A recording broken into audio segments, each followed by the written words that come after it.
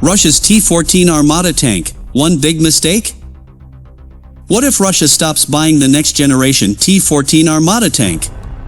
Believed to be just what the Russian military needed to dominate 21st century armored maneuver warfare, the T-14 has done little to tip the balance of the Ukrainian war in Russia's favor. 1945 has reported that at least one Armata has been observed in action around the village of Mijinskaya near Luhansk on social media posts on October 8.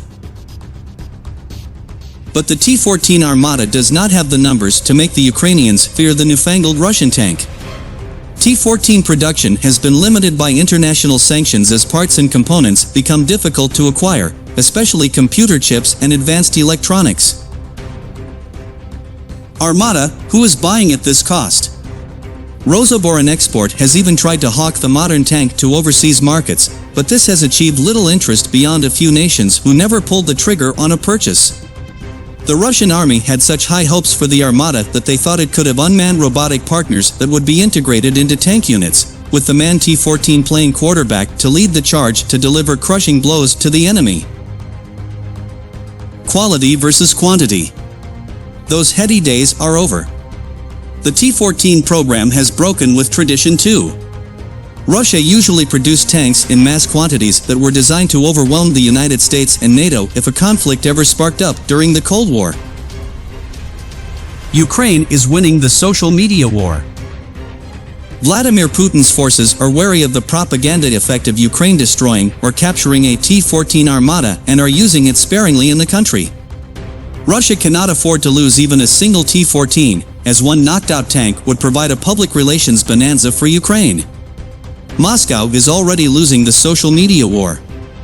This is likely why Russia is refraining from sending the tank to Ukraine in high numbers, if they even have them available in the first place.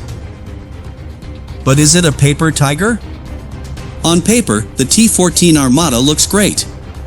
The tank has a lower silhouette than other Russian tanks, which reduces exposure to enemy fire.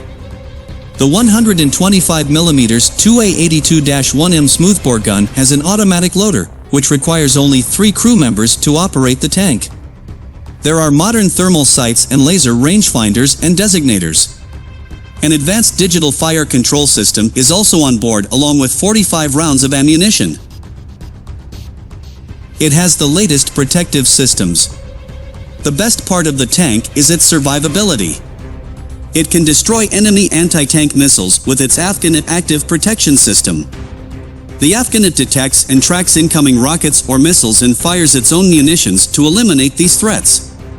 This defensive system works in tandem with the Malachit dual explosive reactive armor. There is also bar armor in the rear to protect against RPGs.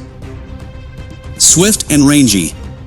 The A-85-3A turbocharged diesel engine puts out over 1,200 horsepower and it can reach speeds up to 50 miles per hour on roads. The tank's range is 310 miles. So that's all fine. But what's the point of all of those features if it is not going to be used in numbers? And that is if we assume it is in regular production. It may be stalled on the production line without the needed components for further assembly. It will probably only see limited use in Ukraine and will remain in the rear echelon for additional testing. The Ukrainian army has precision-guided shells that can be fired from howitzers. These, along with anti-tank missiles, makes the T-14 Armata susceptible to destruction.